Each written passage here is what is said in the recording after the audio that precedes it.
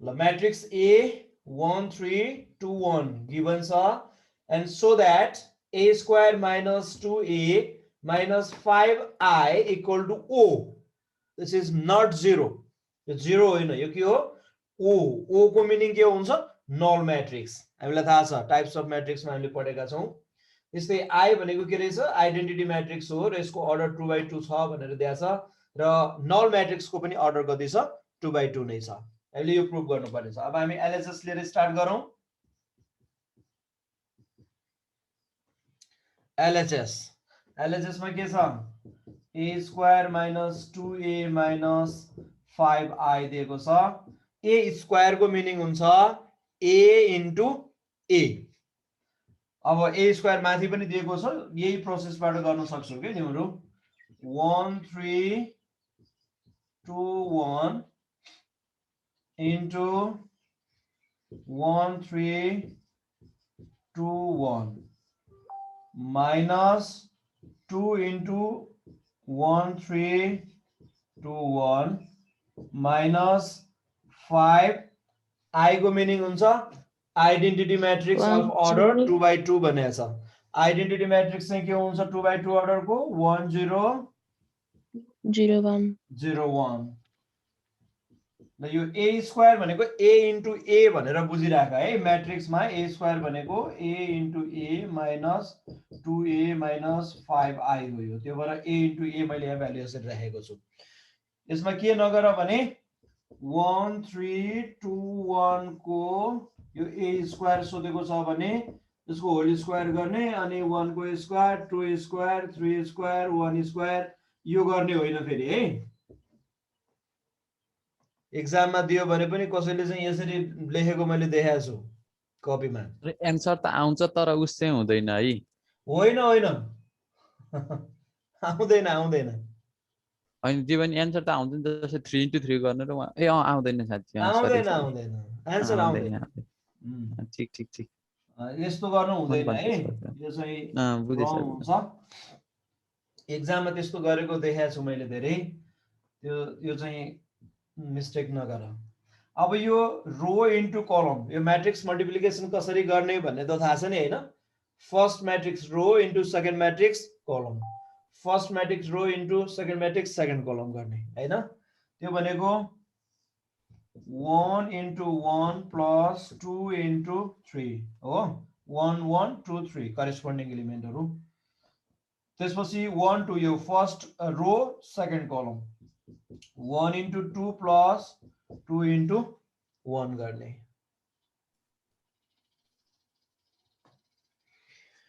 त्यस्तै second row first कलम 3 into 1 plus 1 into 3. त्यस्तै सेकेन्ड रो सेकेन्ड कलम 3 into 2 plus 1 into 1. यो चाहिँ म्याट्रिक्स मल्टिप्लिकेसनबाट आयो. त्यसपछि यता कन्स्टेन्टली म्याट्रिक्सलाई मल्टिप्लाई गर्ने के कसरी गर्न सकिन्छ रे, कसरी गर्नुपर्छ रे. यो कन्स्टेन्टली म्याट्रिक्सलाई मल्टिप्लाई गर्दाखेरि स्केलर मल्टिप्लिकेसन अफ म्याट्रिक्समा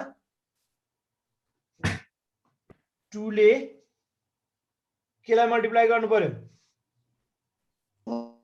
1 लाई अनि सबैलाई मल्टिप्लाई गर्नु पर्यो नि.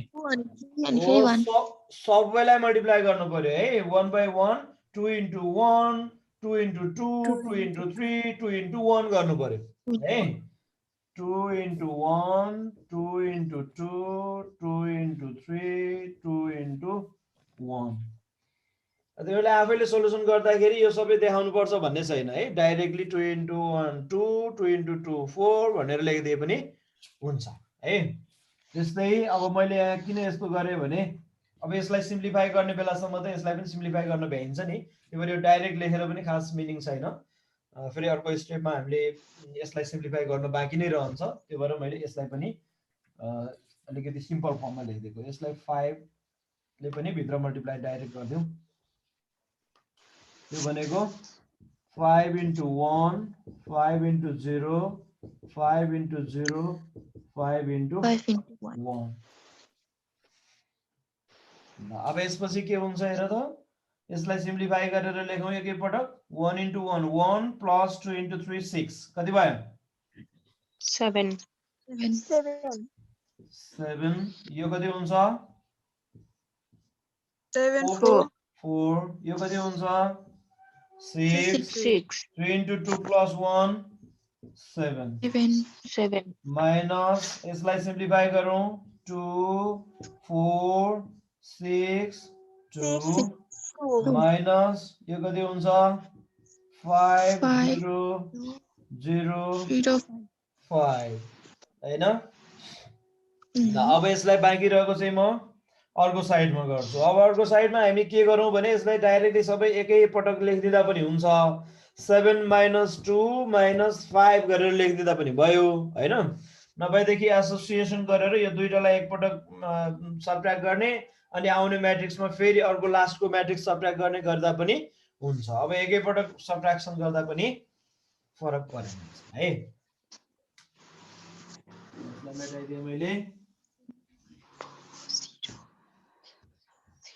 ल के हुन्छ हेर त यसमा के गरौँ डाइरेक्टली सबै एकै पटक यो एलिमेन्टहरु फर्स्ट एलिमेन्टहरुलाई लिएर माइनस माइनस गरेर लेखिदिउँ कि दुई पटक पहिला सुरुमा फर्स्ट टु म्याट्रिक्स लिने त्यसपछि थर्ड म्याट्रिक्समा लगेर सबट्र्याक्सन गर्ने कसरी गरौँ डाइरेक्ट गर्ने डाइरेक्ट गरौँ तर यहाँ ब्र्याकेट दिएको छ भने जस्तो एसोसिएटिभ ल भन्ने हुन्छ नि यो दुईवटा म्याट्रिक्सलाई फेरि ब्र्याकेटमा राखेर दिने अनि अर्को म्याट्रिक्सलाई छुट्टै गरेको छ भने पहिला हामी ब्र्याकेट भित्रको म्याट्रिक्सलाई सबट्र्याक्ट गर्नुपर्ने हुन्छ अथवा एड गर्नुपर्ने के भनेको छ त्यो अनुसार त्यसपछि अनि अर्कोमा जानुपर्छ है अहिले यहाँ कुनै पनि एसोसिएसन दिएको छैन सबैलाई एकै पटक माइनस गर्न पनि सकिने भयो कसरी गर्ने 7 minus 2 minus 5 देखेको छैन माथि लेखेको टल्किने ठाउँमा भयो के रे थोरै टल्किने ठाउँमा भयो कि यति उता लेख्दिन न हेरेरबाट हुन्छ आउँछ त्यहाँबाट ठिक छ 7 minus 2 minus 5 हेर त फर्स्ट एलिमेन्ट 7 minus 2 minus 5 अब यो सबैको अर्डर 2 by 2 छ त्यो भएर यो डिभाइड सरी सबट्र्याक्सन गर्न सकिन्छ एड गर्न पनि सकिन्छ हैन एडिसन र सबट्र्याक्सनमा म्याट्रिक्सको एडिसन सबट्र्याक्सनमा के हुनुपर्छ फर्स्ट क्राइटेरिया भनेको they should have same order हुनुपर्छ सेम अर्डरको छ त्यही भएर त्यस्तै अब सेकेन्ड एलिमेन्ट भनेको 4 4 0 हो भनेको 4 minus 4 minus 0 त्यस्तै अर्को 8 to 1 पोजिसनमा 6 6 0 छ तीनटा एलिमेन्ट दिएको छ डिटरमिनेन्ट त निकाल्नै पर्छ है डिटरमिनेन्ट होइन हैन डिटरमिनेन्ट होइन नि यो त म्याट्रिक्सको सबट्र्याक्ट डिटरमिनेन्टमा त यसरी सबट्र्याक्सन गर्न सकिँदैन डिटरमिनेन्टलाई त यसलाई छुट्टै इभ्यालुएट गर्ने यसलाई छुट्टै इभ्यालुएट गर्ने एउटा सिंगल नम्बर आउँछ अनि त्यो नम्बरलाई बल्ल माइनस गर्न पाइन्छ एलिमेन्टलाई माइनस गर्न मिल्छ अनि यसको तीनटा गर्न मिल्छ म्याट्रिक्सको मिल्छ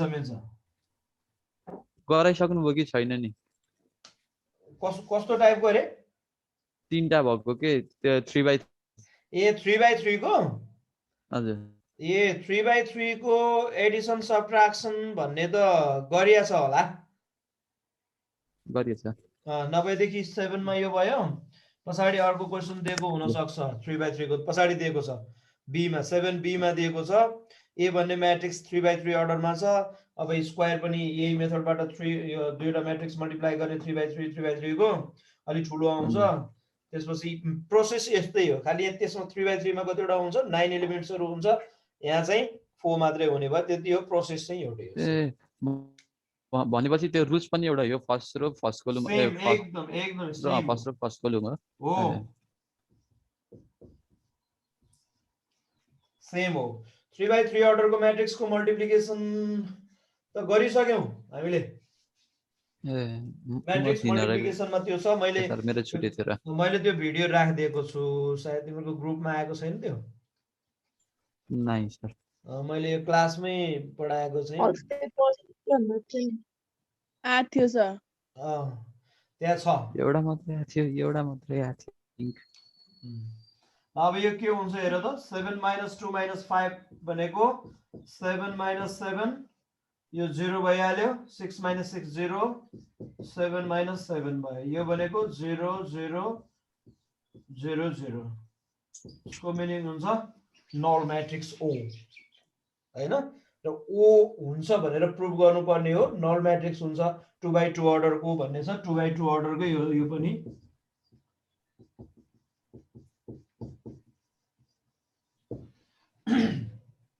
ल RHS प्रुभ भयो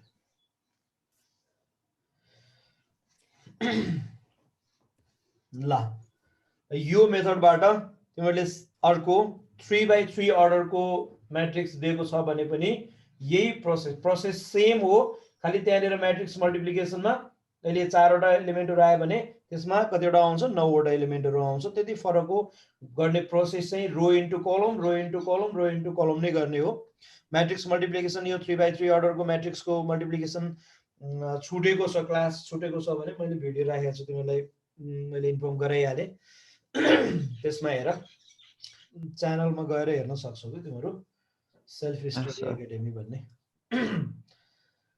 म्याट्रिक्सहरु इक्वल कस्तो केसमा हुन्छ दुईटै अर्डर सेम भयो भने अनि त्यसपछि first condition to be equal भनेको they should have same order त्यो चाहिँ फर्स्ट कन्डिसन भयो अनि अर्डर सेम हुने बित्तिकै म्याट्रिक्सहरु इक्वल भइहाल्छ नि त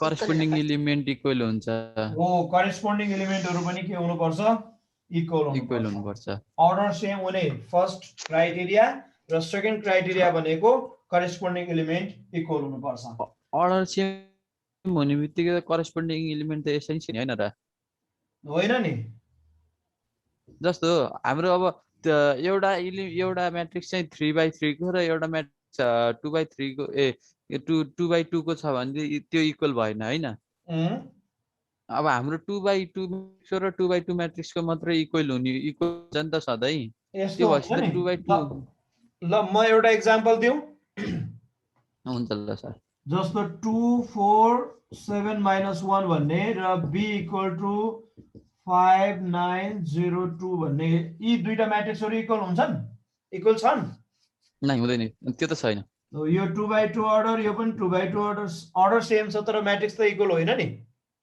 हजुर हो त्यो भएर अर्डर सेम हुने बित्तिकै म्याट्रिक्स इक्वल हुन्छ भन्ने छैन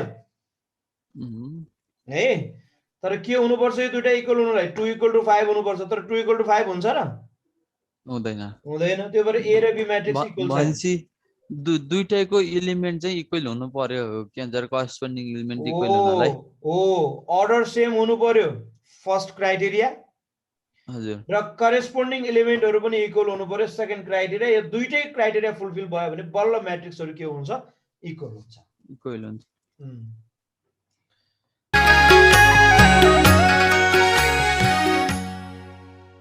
ल यहाँ दुईवटा म्याट्रिक्सहरु दिएको छ if criteria छ कि x plus y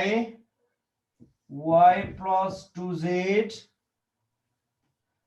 z minus x र x minus y भन्ने म्याट्रिक्स छ एउटा भने अर्को 3 16 4 7 यसमा म्याट्रिक्स कतिवटा दिएको छ हेर त दुईवटा हैन यो दुईवटा म्याट्रिक्सहरु इक्वल दिएको छ यो म्याट्रिक्सको अर्डर कति छ थाहा छ 2x2 त्यसपछि यो सेकेन्ड म्याट्रिक्सको इक्वल साइड भन्दा आरएचएस मा भएको सेकेन्ड म्याट्रिक्सको अर्डर कति छ 2x2 भनेपछि यिनीहरु इक्वल त हुन सक्ने भएन इक्वल छ भनेर दिइसकेको छ यहाँ भनेपछि इक्वल हुन सक्ने भयो हाम्रो क्राइटेरिया पनि मिट गर्छ तर अब यो फर्स्ट क्राइटेरिया त मिट भइहाल्यो हामीले अर्डरमा हेर्यौं भने अब सेकेन्ड क्राइटेरिया भनेको के हुनु पर्छ यिनीहरुको करेस्पोन्डिङ एलिमेन्टहरु पनि इक्वल हुनु पर्छ हो एउटा कुरा मैले बिर्सिए के सर हामीले के त्यो जुन अर्डर लिन्छ नि जस्तो 2x2 3x3 भनेर त्यसमा पहिला रो लिन्छ कि कोलम लिन्छ रे फर्स्टमा रो लिने रो फर्स्टमा जहिले पनि रो लिने रो अनि इन्टु कलम गर्ने जहिले पनि हस् ल अब यो दुईवटा म्याट्रिक्सहरु इक्वल दिएको छ x plus y, y plus 2z, z minus x, x minus y equal to 3, 16, 4, 7 भनेर दुईवटा इक्वल म्याट्रिक्सहरु दिएको छ है। अब यी म्याट्रिक्सहरु इक्वल छन् भने के हुनुपर्छ, तिनीहरुको करेस्पोन्डिङ एलिमेन्टहरु पनि के हुनुपर्छ, इक्वल हुनुपर्छ हैन। करेस्पोन्डिङ हजुर। एलिमेन्ट भनेको equating the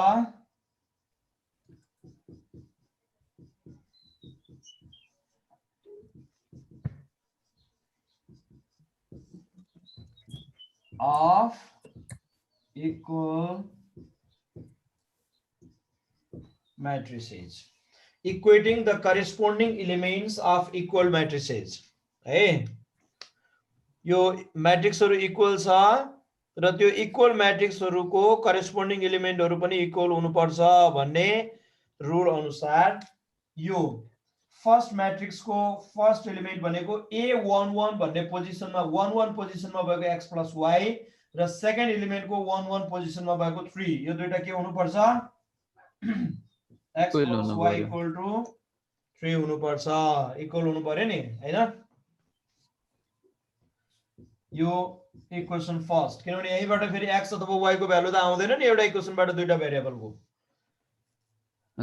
यस्तै z minus x equal to कति हुनु पर्ने भयो, 4 हुनु पर्यो, इक्वेसन सेकेन्ड।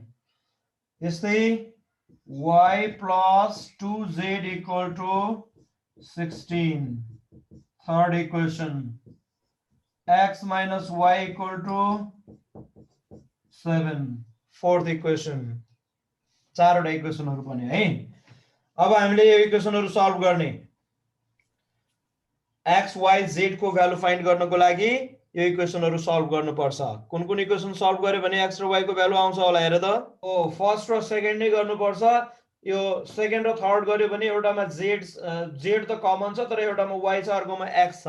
तीनवटा भेरिएबलहरु त दुईटा इक्वेसनबाट आउँदैन। के भएर फर्स्ट र फोर्थ इक्वेसन सल्भ गरौँ। फर्स्टमा त्यहाँबाट x y को भ्यालु आउँछ अनि x र y को भ्यालु लगेर अरु इक्वेसनमा राख्दियो भने सजिलैसँग y को भ्यालु यसमा राख्दियो z को भ्यालु आउँछ अथवा x को भ्यालु यहाँ राख्दियो भने z को भ्यालु आउँछ है। ल अब solving equation first and equation fourth, यो solving है, यहाँ अलिकति टल्केको छ होला। solving equation first and equation fourth, equation first र फोर्थ लाई सल्भ गर्ने हो भने directly equation first plus equation fourth गरिदियो भने y कट हुन्छ नि, क्यान्सल हुन्छ हैन। हजुर। त्यो भएर equation first plus equation second गर्ने हो भने x plus y equal to 3, x minus y equal to 7, plus गर्ने हो भने y कट भयो, 2x equal to 10, x equal to 5।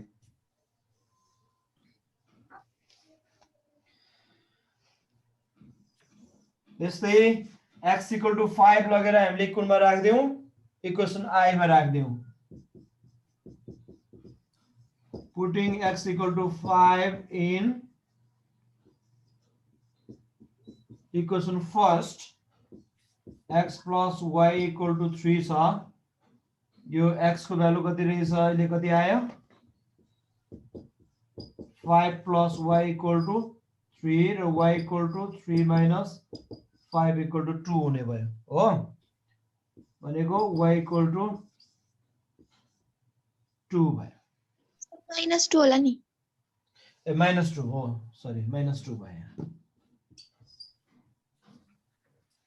-2 आयो सर, x y z दुईटैको भ्यालु आयो, त्यो तीनटैको। अब यहाँनिर x को भ्यालु यसमा राख्दियो त, इक्वेसन I मा x को भ्यालु राख्दियो भने z को भ्यालु 9 आउँछ। मैले यो माथि मेटाइदिएँ। अब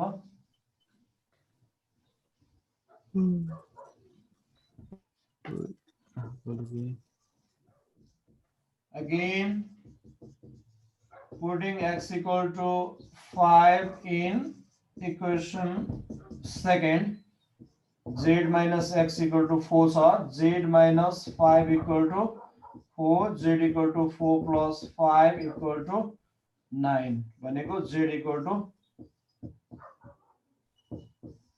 9 भयो. अब finally,